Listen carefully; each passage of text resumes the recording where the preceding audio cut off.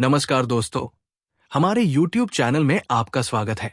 अगर आपको वीडियो पसंद आए तो कृपया लाइक करें और चैनल को सब्सक्राइब करें। मैंने सुना है एक छोटा सा गीत रविंद्रनाथ ने लिखा है और मुझे बहुत प्रीतिकर लगी वो कहानी जो गीत में उन्होंने गाई है। गाया है कि एक भिखारी एक दिन सुबह अपने घर के बाहर निकला। त्योहार का दिन है, आज गांव में बहुत भिक्षा मिलने की संभावना है। वो अपनी झोली में थोड़े से दाने डालकर चावल के बाहर आया। चावल के दाने उसने डाल दिए हैं अपने झोली में, क्योंकि झोली अगर भरी दिखाई पड़े तो देने वाले को आसानी होती है। उसे लगता है किसी और ने भी दिया है। सब भिखारी अपने हाथ में पैसे लेकर अपने घर से निकलते हैं ताकि देने वाले को संकोच मालूम पड़े कि नहीं दिया तो अपमानित हो जाऊंगा और लोग दे चुके हैं। आपकी दया काम नहीं करती भिखारी को देने में। आपका अहंकार काम करता है और लोग दे चुके हैं और मैं कैसे न दूं।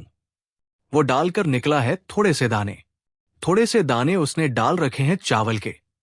बाहर निकला है, सूरज निकलने के करीब है, रास्ता सोया है, अभी लोग जाग रहे हैं। देखा है उसने राजा का रथ आ रहा है, स्वर्ण रथ सूरज की रोशनी में चमकता हुआ।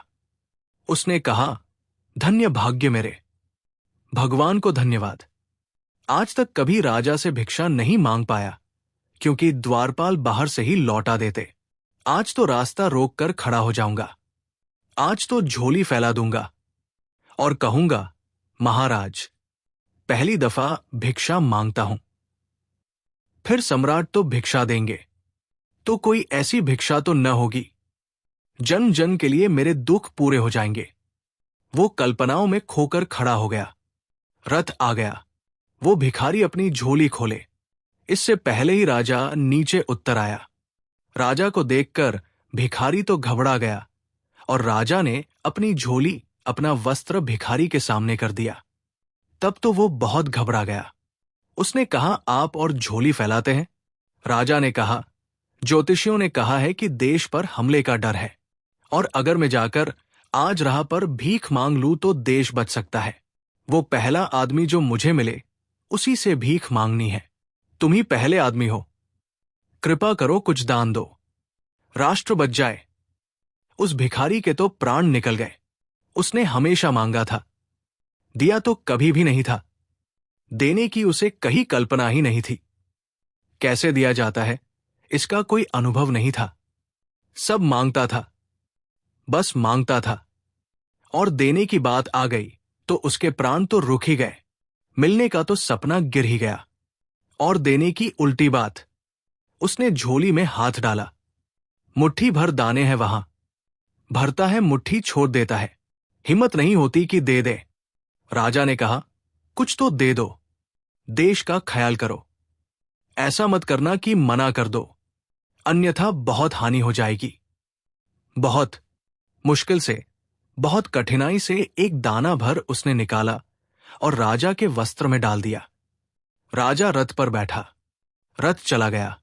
धूल उड़ती रह गई और साथ में दुख रह गया कि एक दाना अपने हाथ से आज देना पड़ा। भिखारी का मन देने का नहीं होता। दिन भर भीख मांगी, बहुत भीख मिली, लेकिन चित्त में दुख बना रहा एक दाने का जो दिया था। कितना ही मिल जाए आदमी को, जो मिल जाता है उसका धन्यवाद नहीं होता। जो नहीं मिल पाया, जो छूट गया, जो नहीं है पास, उसकी पीड़ा होती है। लौटा सांस दुखी, इतना कभी नहीं मिला था। झोला लाकर पटका। पत्नी नाचने लगी।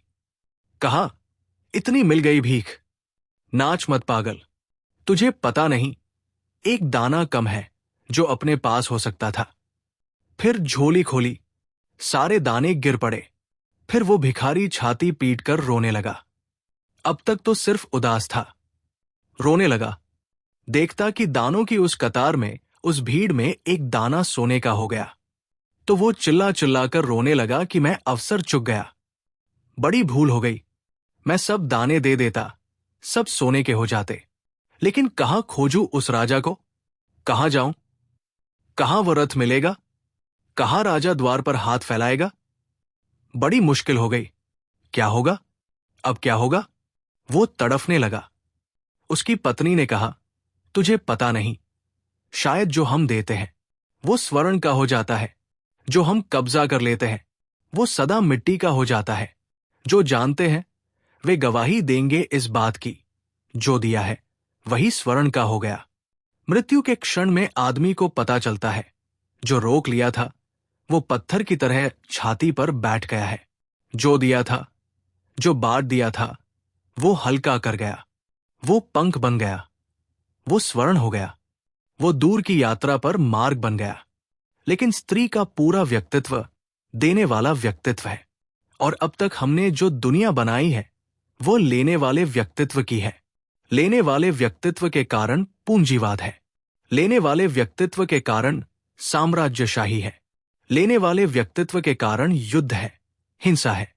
क्या हम देने वाले व्यक्तित्व के आधार पर कोई समाज का निर्माण कर सकते हैं? ये हो सकता है, लेकिन ये पुरुष नहीं कर सकेगा, ये स्त्री कर सकती है। और स्त्री सजग हो, कॉन्शियस हो, जागे तो कोई भी कठिनाई नहीं।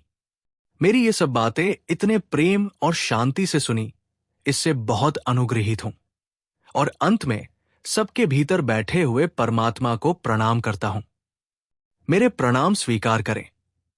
अगर आपको वीडियो पसंद आई है तो कृपया लाइक करें और चैनल सब्सक्राइब करें। धन्यवाद। जय हिंद।